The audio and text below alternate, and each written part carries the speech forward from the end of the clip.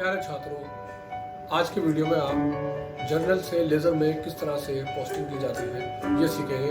आइए देखते हैं किस तरह से बनाते हैं। जैसा कि ये हमारे सामने क्वेश्चन है, तो सबसे पहले हम इसकी जर्नल एंट्री बना लेते हैं।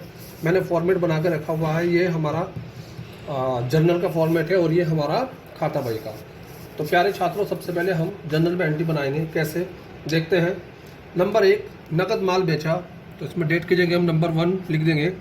नकद माल बेचा तो बेटा पैसा आएगा तो cash account debit to sales account, ये हमारी जनरल एंट्री बन गई। फॉर गुड्स सोल्ड, नकद माल बेचा, कितने रुपए का? 5000 का। इसके बाद सुरेश को माल बेचा 2000 रुपये का, तो सुरेश हो गए पाने वाले, तो सुरेश को कर देंगे debit and to sales account और लिख देंगे गुड्स सोल्ड टू सुरेश। दूसरे नंबर की एंट्री, कितने रुपए का सेल किया है? 2000 रुपये। इसके बाद में वेतन दिया, खर्चा है वेतन हमारा, इसलिए इसको हम डेबिट कर देंगे, salary account debit to cash, रुपया गया। नरेशन लिख देंगे सैलरी पेड। नंबर 3 एंट्री है ये, 1000 रुपये हमने वेतन में दिए। नेक्स्ट है माल खरीदा, नगद माल खरीदा, तो परचेज अकाउंट हो जाएगा debit and to cash account, पैसा गया। एंड गुड्स PURCHASED परचेज, कितने रुपये का? 3000 का। एंड द लास्ट एंट्री, उधार माल रमेश से खरीदा, तो रमेश से उधार माल खरीदा तो एंट्री बन जाएगी purchase account debit to Ramesh and goods purchased, कितने रुपए का खरीदा है ये? 4000 रुपये का। इस प्रकार आपने देखा, ये मैंने इसकी जनरल एंट्री बना ली। अब इसकी हमें ज़रूरत नहीं है, इसे एक तरफ रखते हैं और इस जनरल एंट्री की मदद से अब हम अपनी खाता बही शुरू करेंगे। तो खाता बही में सबसे पहला कॉलम होता है डेट का, दूसरा कॉलम होता है पर्टिकुलर्स, यहाँ लिखेंगे JF, यहाँ LF और यहाँ पर JF। अमाउंट, फिर से डेट, पर्टिकुलर्स, JF और ये अमाउंट। अब बच्चों ध्यान से देखेंगे, हम सबसे पहले कैश के लिए अकाउंट बनाएंगे, तो कैश ऊपर लिख देंगे कैश अकाउंट। हम इसकी पोस्टिंग करने जा रहे हैं, अर्थात खतौनी। तो कैश को देखेंगे, पहली एंट्री में हमारा कैश क्या हो रहा है? डेबिट। तो हम डेबिट, ये 4 खाने 1 2 3 4, ये 4 खाने हमारे डेबिट के हैं, ये डेबिट साइड है और ये हमारी क्रेडिट साइड है। तो कैश हमारा डेबिट हो रहा, तो डेबिट में जाकर के लिखेंगे टू सेल्स। कैश में बेटा कैश नहीं लिखेंगे, बल्कि इसके अपोजिट अकाउंट का नाम लिखते हैं, टू सेल्स। कितना रुपया? कैश के सामने देखेंगे 5000 रुपया। इस प्रकार से हो गई एंट्री। फिर अगली एंट्री में देखते हैं, हमें कैश नहीं दिख रहा है, फिर अगली एंट्री में दिख रहा है कैश। तीसरी में कैश क्रेडिट हो रहा है 1000 रुपये, तो क्रेडिट में जाके 1000 रुपये लिखेंगे और इसके अपोजिट अकाउंट क्या है? सैलरी। तो बाई से शुरू करेंगे, बाई सैलरी। ध्यान देंगे, जब हम डेबिट में एंट्री करते हैं तो 2 लगाते हैं, क्रेडिट में करते हैं तो बाई लगाते हैं। ये एंट्री नंबर 3 है। इसके बाद अगली एंट्री में भी हमें कैश नहीं दिख रहा है, ये दिख रहा है, ये रहा कैश। कैश हमारा 3000 रुपये फिर से क्रेडिट है, तो हम क्रेडिट में लिख देंगे और यहाँ हम लिखेंगे बाई परचेज, अर्थात पैसा कहाँ गया? माल खरीदने में, परचेज अकाउंट। इसके बाद अगली एंट्री में हमें कैश नहीं दिख रहा। इस तरह से बेटा हमने कैश की सारी एंट्री कर ली है। अगला अकाउंट हम देखते हैं, तो सेल्स है, तो सेल्स का अकाउंट खोलेंगे, सेल्स अकाउंट। सेल्स अकाउंट में देखते हैं, सेल्स हमारी क्रेडिट हो रही है, तो क्रेडिट में जाके लिखेंगे 5000 रुपये और इसके अपोजिट अकाउंट है बाई कैश। यहाँ पर भी ऊपर की तरह से लिख देंगे पर्टिकुलर्स, डेट, JF और ये अमाउंट। डेट, पर्टिकुलर्स अर्थात विवरण, डेट और ये हमारा अमाउंट। इस प्रकार ये एंट्री हमारी कंप्लीट पूरी हो गई, तो अब हम इसके ऊपर ध्यान नहीं देंगे। अगली एंट्री में देखते हैं, हमें सुरेश दिख रहा है, अभी सुरेश के लिए हम अकाउंट खोलेंगे अलग से, तो सुरेश का अकाउंट। सुरेश के अकाउंट में देखते हैं, सुरेश डेबिट है, तो डेबिट साइड में जाकर लिखेंगे 2000 और इसका अपोजिट है टू सेल्स अकाउंट। बेटा हो गई पोस्टिंग। अगली एंट्री है सेल्स की। अब सेल्स में जाएंगे, सेल्स कहाँ लिखा है, सेल्स वाले अकाउंट में। सेल्स में जाकर के देखेंगे क्रेडिट में लिखा हुआ है 2000 रुपये, तो लिखेंगे बाई सुरेश। इस तरह से सुरेश की भी पोस्टिंग होगी, सेल्स की भी होगी, ये भी खत्म। अगली एंट्री में जाते हैं तो सैलरी दिख रहा है, तो एक और अकाउंट खोलेंगे अब हम अपना सैलरी अकाउंट। सैलरी अकाउंट खोलेंगे, अब सैलरी हमारी डेबिट हो रही है तो डेबिट साइड में जाके लिखेंगे 1000 रुपये, और इसके अपोजिट जो अकाउंट है उसको लिखेंगे टू कैश अकाउंट। इसके बाद हम अगली एंट्री देखते हैं, तो कैश है, कैश हम ऑलरेडी इसमें लिख चुके हैं, टिक लगा रखा है, तो ये भी खत्म। 3 एंट्री बेटा हमारी खत्म हो गई। अगली एंट्री में देखते हैं परचेज भी है और कैश भी है। कैश हम ऑलरेडी लिख चुके हैं, परचेज है, तो परचेज के लिए अब हमें एक अकाउंट बनाना पड़ेगा, तो फटाफट हम अपना एक अकाउंट और बना लेते हैं परचेज के लिए।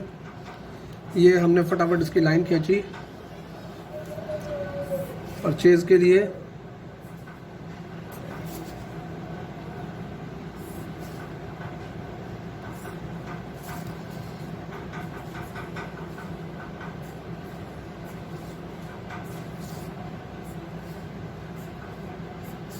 इसके टॉप पे लिख देंगे अब हम परचेज अकाउंट।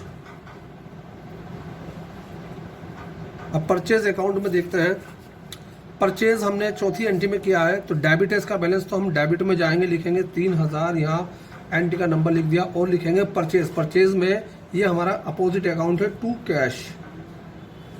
कैश अकाउंट, और कैश की हम पोस्टिंग पहले कर चुके, तो ये भी हमारी एंट्री पूरी होगी। लास्ट देखते हैं हम, लास्ट है हमारे पास में परचेज, फिर से डेबिट है, तो टू रमेश, चूंकि परचेज का अपोजिट क्या है रमेश, कितना रुपए का, 4000 रुपए का। अब हम देखते हैं एक अकाउंट हमारे पास बचा हुआ रमेश का, तो रमेश के लिए भी हमें एक अलग से अकाउंट बनाना पड़ेगा, और रमेश के लिए भी एक अकाउंट खोलेंगे। सीधी सी बात है, जितने भी हमारे पास में ट्रांजेक्शन्स होंगे उतने ही ट्रांजेक्शन समान व्यवहार वाले एक खाते के अंदर हम रिकॉर्ड करेंगे। इसी को क्या बोलते हैं हम, खाता बही करना। मैं इसमें डेट पर्टिकुलर के लिए इंडिकेशन नहीं लिख रहा हूँ, और मैंने सीधा सीधा लिख दिया यहाँ पर रमेश का अकाउंट, RAMESH, रमेश अकाउंट। तो इस तरह से हमने देखा रमेश हमारे हो रहे हैं क्रेडिट, तो 4000 रुपये, और यहाँ पर लिख देंगे बाई परचेज, और ये एंट्री नंबर 5 हो जाती है। तो छात्रों ये जो हमने किया है इसको हम क्या बोलते हैं, पोस्टिंग करना। अब पोस्टिंग करने के बाद हमें इसका क्या करना है बच्चों, बैलेंस करना है और टोटल करना है। तो सबसे पहले हम यहाँ पर टोटल करेंगे। कैसे करेंगे, हम देखेंगे दोनों तरफ से कौन सी साइड बड़ी है। तो ये हमारा कैश अकाउंट है जो कि रियल अकाउंट है, वास्तविक खाता है, तो इसका हम क्या करेंगे, दोनों साइड का टोटल कर लेते हैं। तो देखेंगे बच्चों डेबिट साइड में है 5000 रुपये और क्रेडिट साइड में 3 और 1 4000 रुपये। तो कौन सी साइड बड़ी है, डेबिट वाली। तो इसमें से 4000 माइनस कर देंगे क्रेडिट के, तो बच्चे कितने 1000। ये जो अंतर की राशि है, ये अंतर की राशि बच्चों हम यहाँ लिखेंगे। अब 1 3 4 और 1 5, यहाँ भी 5000 हो गया और यहाँ भी 5000 हो गया, और जो अंतर की राशि आई इसको हम नाम देंगे बाई बैलेंस CD। इस प्रकार बच्चों हमने क्या कर लिया, ये अकाउंट पूरा फाइनल कर लिया। ये अकाउंट हमें सूचना दे रहा है कि कितना पैसा हमारे पास कहाँ से आया और कहाँ पैसा गया। पैसा आया माल बेचने से 5000, पैसा गया सैलरी दी और परचेज किया, 4000 गया 5000 आया, तो कितना बचा बच्चों, सीधी सी बात है 1000 रुपये। ये हमारा क्या कहलाता है, बैलेंस। ऐसे हम सेल्स अकाउंट देखेंगे।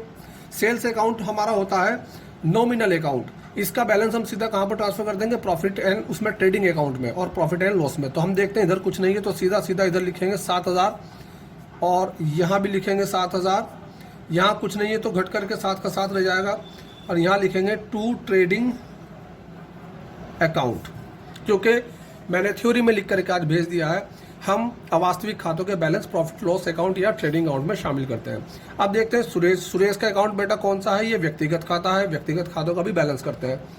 तो सुरेश की क्रेडिट साइड में कुछ नहीं है, इधर लिखेंगे 2000, इधर भी लिखेंगे 2000। अब 2000 में से घटाया तो यहाँ कुछ नहीं है, तो कितना बच जाएगा, 2 का 2 यानी 2000। अब इसको क्या नाम देंगे, by balance CD, balance CD। ऐसे ही सैलरी देखते हैं, तो सैलरी हमारा नॉमिनल अकाउंट है अर्थात वास्तविक खाता है, इसका बैलेंस 1000 यहाँ से घटाएंगे तो बचेगा 1000, इसका बैलेंस हम ट्रांसफर कर देंगे प्रॉफिट एंड लॉस अकाउंट में। अगले साल जब आप कक्षा 10 में आ जाओगे तब आप अंतिम खाता बनाना सीखोगे, उस समय आपको ये पूरी कहानी समझ में आ जाएगी।